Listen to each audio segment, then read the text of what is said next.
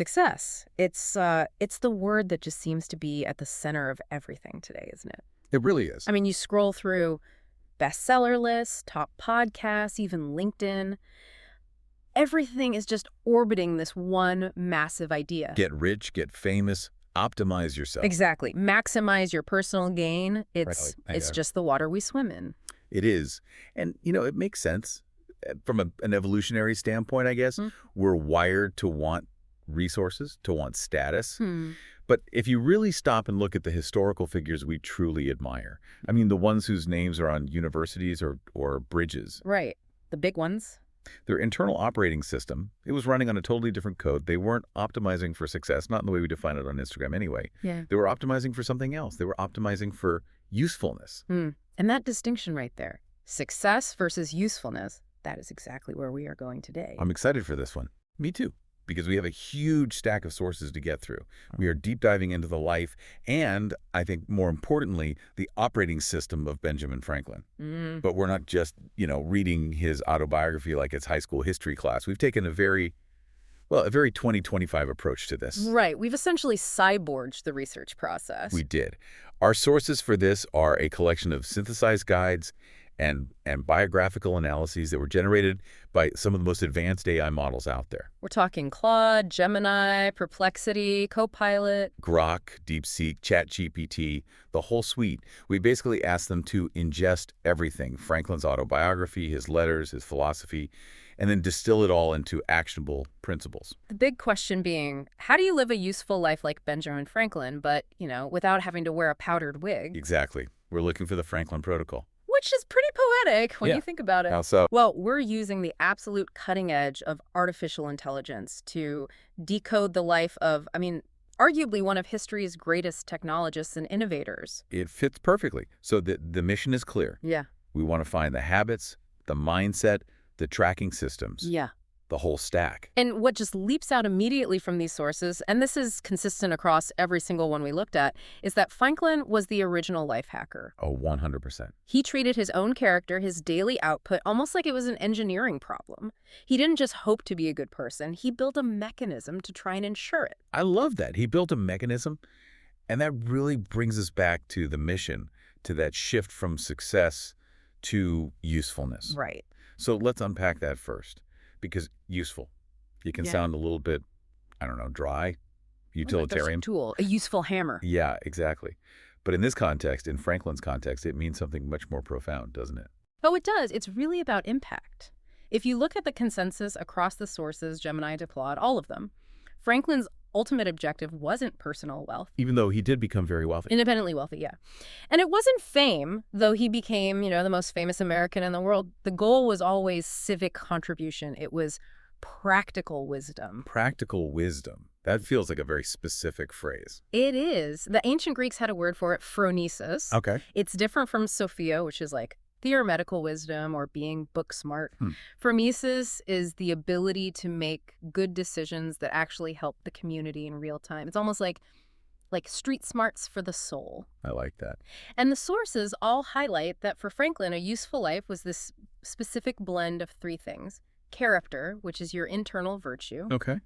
Productivity, which he just called industry. And service, which is the impact you have on your community, on your neighbor. You need all three. That's a really interesting triangle. Because if you only have character, you're a saint on the inside, but you're, lazy. Then you aren't useful. You're just a nice person taking up space. You aren't moving the needle for anyone else. But what if you're super productive, but you're a total jerk? Then you aren't useful in the Franklin sense because you're damaging the social fabric around you. You might be successful, you might get rich, but you're not useful because you're just creating friction and misery for everyone else. Right. That brings up this polymath idea that seems to be in every single source we have. Franklin wasn't just one thing. The list is kind of exhausting to even read. It is. He was a writer, a scientist, a diplomat, an inventor, a postmaster, a librarian. He was a printer, a musician, a satirist, a swimmer. A swimmer, right? Oh, yeah, an avid swimmer. He was actually inducted into the International Swimming Hall of Fame. But the point stands, he was everything. He really was. And the key insight here, according to the breakdowns from Claude and Gemini, is that real usefulness comes from cultivating this incredibly wide range of interests. He didn't just stay in his lane. Which is the opposite of the advice we get today, right? We're always told to niche down, pick your lane and dominate it. Yeah. Franklin seems to be arguing the complete opposite. He is, and the analysis from the sources points out that curiosity was the engine of his usefulness. He was, as the texts say, always looking for ways to solve problems. Right. But, and this is so important, you can't solve complex problems if you only know about one tiny little slice of the world. By dabbling in science and politics and literature, he was able to connect dots that other people, the specialists, just couldn't see. So he wasn't just collecting trivia. This wasn't about being the smartest guy at the party. No, absolutely not. And that's the why that all the sources kept emphasizing. Franklin believed that knowledge is most valuable when it is applied. Okay, that's a huge distinction. Massive. We all know people who are, walking encyclopedias. They can recite facts all day long.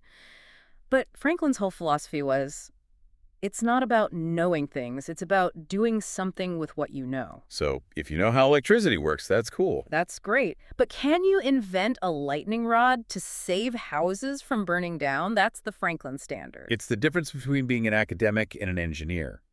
Theory versus practice. Precisely. And in a world where we are just drowning in information, Franklin's a great reminder that information isn't the goal, application is. Which I think leads us perfectly into the how. Because it's easy to sit here and say, be useful or be curious. Mm-hmm. That's nice advice, but it's vague. Mm-hmm. What makes Franklin so fascinating to me, and to these AI models, it seems, is that he actually built a system to force himself to be those things. He didn't just rely on willpower. No. He relied on data. This is the part I was most excited to get to. This is the gamification of self-improvement, literally hundreds of years before video games or Fitbits were ever a thing. The sources call this the software of his life, the system he used to basically program his own character. We are talking about the famous 13 virtues. Yes, and this is cited in every single source as the most, let's say, hackable part of Franklin's entire methodology. So for anyone listening who might know the name but not the details, you just set the scene for us.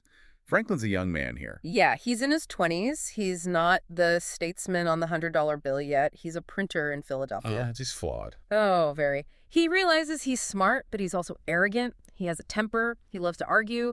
He was known for just trapping people in logical fallacies to embarrass them. We all know that guy. He maybe eats and drinks a little too much. He talks too much.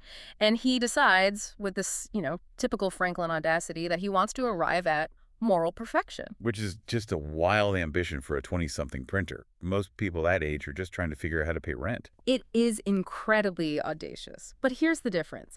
Unlike most people who just make a vague New Year's resolution like, I'll be a nicer person this year, Franklin, well, he made a spreadsheet. Okay, break down the spreadsheet. What was actually on it? So he listed 13 specific virtues. The sources mention things like temperance, silence, order, resolution, frugality, industry, sincerity, justice. And he defined them, right? Very clearly. Yes, this is important. He didn't just write the word down.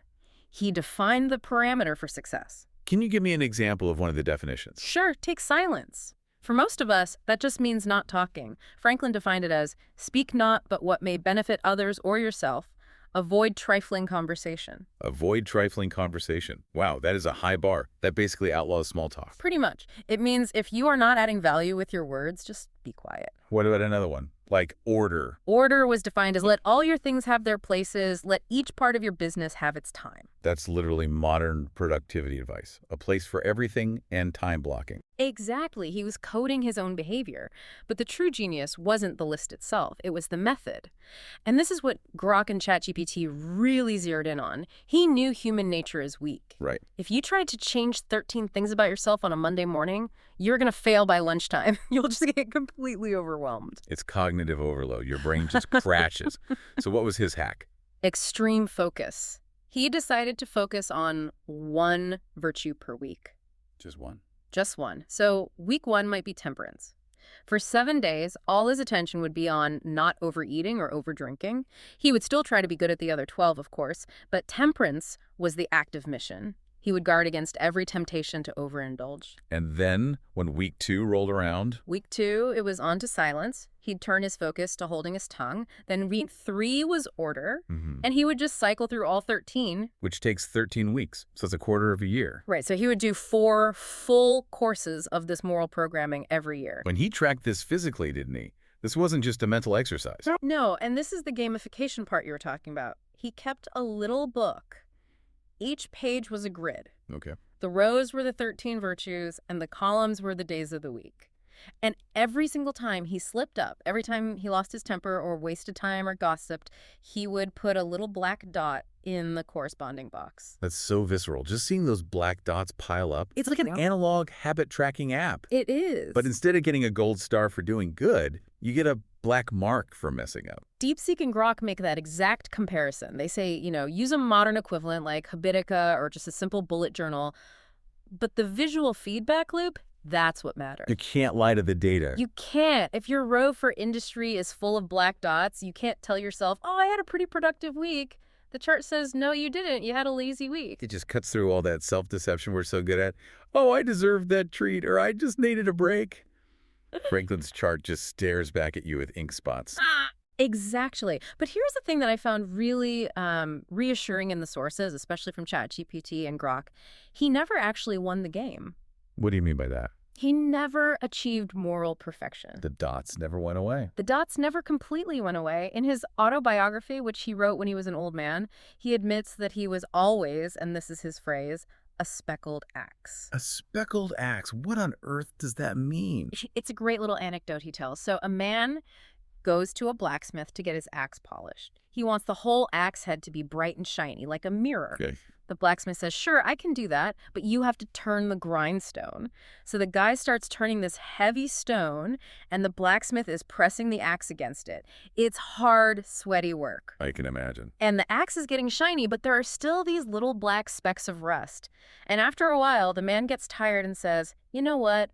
I think I like a speckled axe best. That's so relatable. Just giving up because the work is too hard. Well, Franklin uses it to make a point. He says, look, I never became perfect. I remained a speckled axe. I had faults until the day I died. What? But, and this is the whole point, he says he was a better and happier man for having tried to make it shiny than if he had just left it rusty from the start. So the goal wasn't the destination, it was the trajectory. That's it. That's the huge distinction. He didn't aim for perfection and fail. He aimed for perfection, and he landed on pretty decent human being, which is a huge win. I love that. And in our current culture of, Instagram perfection, where everyone just shows the finished, polished product, Franklin's honest chart of black dots feels so refreshing. It does. It's an admission that being a useful person is a struggle. It's work. It's not a state you achieve. It's a constant practice. Okay, so we've covered the philosophy usefulness and the software, the virtues. Let's talk about the hardware. The daily routine. Right. If the virtues were the code running in his head, his daily schedule was the machine that made it all run. And the sources, Grok, Perplexity, all of them, they highlight his schedule as, well, legendary. Early to bed, early to rise. It's the cliche we all know, but he actually lived it. The sources all note his wake-up time was consistently 5:00 a.m. Okay, but I want to clarify something here. Because wake up at 5 a.m. is like standard advice from every grind set influencer on the planet right now. Right. Was he just waking up early to grind? To just churn out more work? No, not at all. And that's a critical misconception. The sources really emphasize that his morning ritual was about deliberate planning and study. So he wasn't just jumping into work? No, he didn't wake up and immediately start checking his 18th-century email. He didn't drift into his day. The very first thing he did was ask himself a specific question. The famous question, what good shall I do this day? That's the one. DeepSeek and Perplexity both highlight this. That single question frames your entire day. It's so different from how most of us wake up. Oh, completely. We wake up and ask, what do I have to do, or what am I already late for? It's reactive. We wake up already on defense. Franklin's question is proactive. It's offensive. It puts you in a service-oriented mindset before you've even had your breakfast. He would spend that early morning time planning, studying, just sort of calibrating for the day ahead. And then he bookends the entire day with the inverse question in the evening. Right. What good have I done today? It's a simple daily audit. Intention and reflection. It brackets the day. And if you start doing that, and the sources suggest this is one of the easiest habits to copy, it prevents that feeling of drift.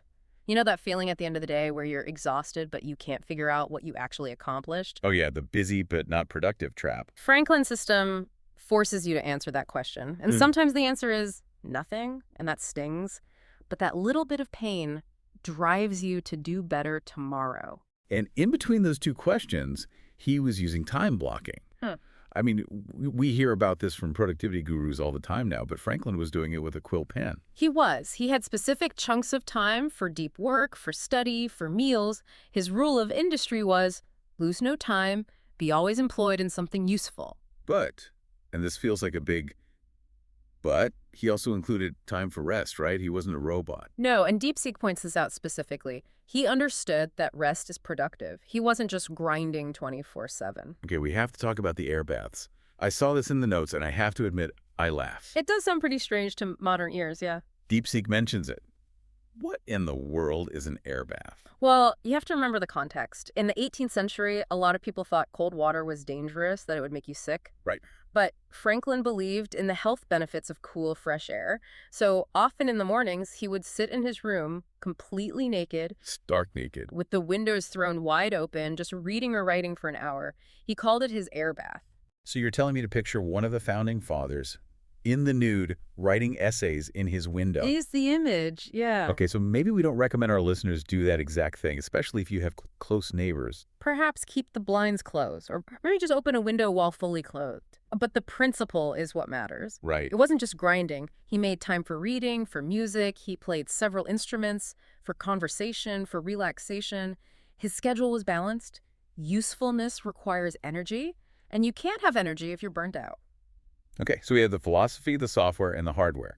Now let's get to the output. Because all of this structure, it has to lead to something, right? You don't build a machine just to watch it run. Exactly. And this is where we see the real transition from self-improvement to civic contribution.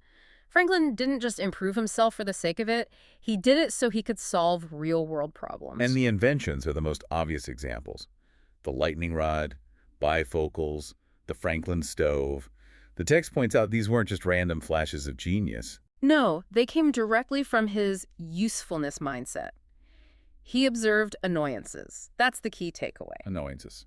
Most of us, when we encounter a daily problem, like a smoky fireplace or not being able to see up close and far away, we just complain. We say, man, this stinks, and we move on. Franklin didn't complain. He observed he saw houses burning down from lightning strikes. That's a pretty major annoyance. So he brainstormed a fix, the lightning rod. Right. He got tired of switching between two pairs of glasses, so bifocals. The sources used the phrase thinking outside the box, but it feels more like he was taking responsibility for the box. That's a great way to put it. He took ownership of his environment. And here's the detail that just blows my mind every time. He refused to patent any of his inventions. Wait, really? Not even lightning rod? That would have been worth a fortune. A massive fortune. He was offered a patent for the Franklin stove by the governor of Pennsylvania, and he turned it down flat. He wrote, "As we enjoy great advantages from the inventions of others, we should be glad of an opportunity to serve others by any invention of ours, and this we should do freely and generously." Wow. That is pure usefulness over success. Maximum distribution over maximum profit. It's like the original open source movement. He wanted the stove in every home because it saved wood and kept people warm. A patent would make it expensive and fewer people could have it. Usefulness won the argument. And that connects directly to the Junto concept, right? He realized he couldn't do all this alone. Exactly. If you want to change a city, you need a team. The Junto is fascinating. It was this club he formed in Philadelphia when he was still a young guy. He called it a club for mutual improvement. So not just a bunch of guys getting a beer. I mean, they did meet at a tavern, so there was probably beer. But it was highly structured. They met every Friday, and they had a standing list of questions they would discuss. Like what? Things like, has any citizen failed in his business, and do you know the cause? Or, have you lately observed any defect in the laws? Or, my favorite, do you think of anything at present in which the Junto may be serviceable to mankind? It was a mastermind group. It was like a crowdsourced problem-solving agency for the entire city. DeepSeek explicitly says the modern translation is to form a mastermind group or join a meetup. But look at the impact of this little club. It was huge. Because of their discussions, they founded the first subscription library in America. They organized the first volunteer fire department. They laid the groundwork for the University of Pennsylvania. It just shows the power of collaborative problem solving. One useful person is great. A whole room full of useful people can start a revolution. Exactly. And the lesson for anyone listening is, find your Junto. We are the average of the people we spend time with. Franklin curated his circle very, very carefully. But here's the catch. To lead a group like that, and to do what he did later in politics and diplomacy, you need social skills. People have to actually like you. And young Franklin, well, he wasn't always very likable. No, he was not. And this brings us to segment 5, social dynamics. Franklin learned this the hard way. The sources all say that as a young man, he was insufferable. Insufferable. He was brilliant, and he loved to prove it. He would just trap people in arguments and humiliate them publicly. We all know that guy. The actually guy on the internet. That's him. And a Quaker friend finally pulled him aside and basically said, Ben, you're impossible. Nobody likes you. You need to dial it back. So how did he pivot? Because he went on to become one of the greatest diplomats in history. He literally charmed an entire nation, France, into helping America. He realized that being right doesn't matter if you alienate everyone in the process. So he developed what he called the art of conversation. The sources point to civility and tact as his main strategies. Specifically, he adopted a kind of Socratic humility. What does that mean in practice? He stopped using absolute words. He banned words like certainly or undoubtedly from his vocabulary. Instead, he started saying things like, it appears to me, or I imagine it to be so, or if I'm not mistaken. He was hedging. He was hedging. He denied himself the pleasure of directly contradicting people. It made it safe for other people to agree with him without feeling like they were losing an argument. Almost a form of manipulation, but for a good cause. It's diplomacy. It's removing the friction of ego so the actual work can get done. If your goal is usefulness, then winning the argument is irrelevant.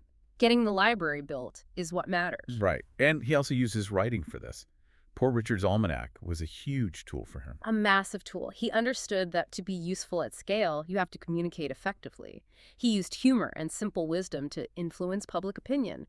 He understood the power of media even back then. Okay, we can't skip the frugality aspect. The sources keep mentioning it, and I feel like it's often misunderstood. I agree. People hear frugality, and they think it means being cheap or miserable, but the sources frame it completely differently. They do. They reframe frugality as freedom. Franklin wasn't frugal because he loved hoarding money. He was frugal because he loved independence. He saw debt as a form of slavery. If you owe people money, you can't really speak your mind. You can't take risks. You have to bow to the person who holds your debt. By living below his means, he gained financial independence at a really young age. And that bought him time. That's the crucial link. That is the whole point. He retired from his printing business in his 40s. Think about that. He then spent the next 40-plus years dedicating himself entirely to public service and science. He could only do that because he had, well, what we'd call FU money. He would probably call it usefulness money. That's the connection. Frugality isn't about denying yourself joy. It's about buying your freedom to be useful on your own terms. Exactly. If you're drowning in debt, you're a slave to your paycheck. You can't spend a month studying electricity because you have to make the car payment. Frugality was the foundation of his impact. Okay, we have covered a massive amount of ground here. The philosophy, the software, the hardware, the output. But, as Franklin himself would say, knowledge without application is useless. Right. So, let's pivot to the action plan. Let's consolidate all this advice. How does someone listening start the Franklin Protocol tomorrow? Based on everything, what is step 1? Step 1 is the audit. Before you do anything else, you have to define what a useful life actually means to you. Right. It won't be the same as Franklin's. It can't be. You're probably not going to sign the Declaration of Independence. But maybe for you, usefulness is being the best parent you can be. Or solving a specific problem in your industry. Or coaching a local team. You have to define the target. So write it down. I want to be useful by... Okay, what's step 2? The tracker. Pick one thing, just one virtue or one habit. Do not try to overhaul your entire life this weekend. Just one. Look at your life right now. What's the biggest bug in your personal software? Are you disorganized? Are you impatient? Pick the one virtue that counters that, and then track it for just 7 days. Put a dot on a piece of paper every time you slip up. Just see the data. I love that. Okay, step 3, the bookends. This is the easiest one to start. Tomorrow morning before you touch your phone, ask the question, what good shall I do this day? Write down one thing. Not a giant to-do list, just one act of good. Then, before bed, ask, what good have I done today? Be honest. Okay, step 4, the network. Find your junto. Look at your friends, your colleagues. Is there a space where you actually discuss ideas and mutual improvement? Or is it just complaining? If that space doesn't exist, start one. It could just be a WhatsApp group. A WhatsApp group, a monthly coffee, whatever. But the rule has to be, we're here to solve problems, not just vent about them. And finally, step 5, the detox. Yeah, DeepSeek specifically mentioned this one, a digital detox.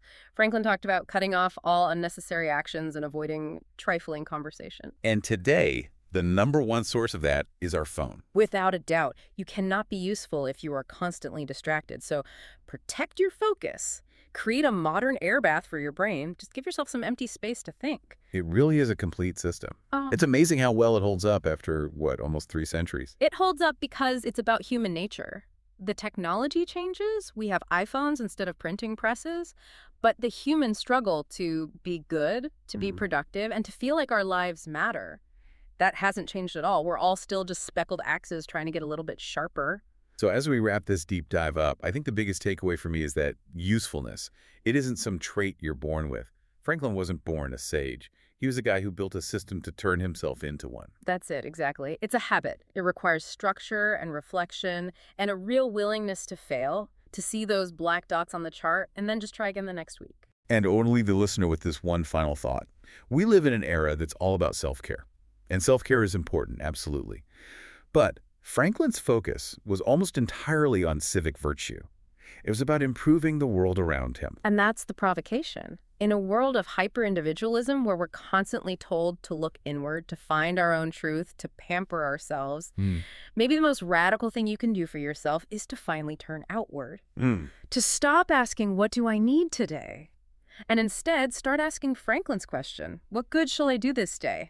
Because maybe, paradoxically, that's the real path to the happiness and success we were looking for all along. I think Franklin would argue it's the only path. Thank you so much for joining us on this deep dive into the mind of Benjamin Franklin. We hope you found it useful. Indeed. See you next time.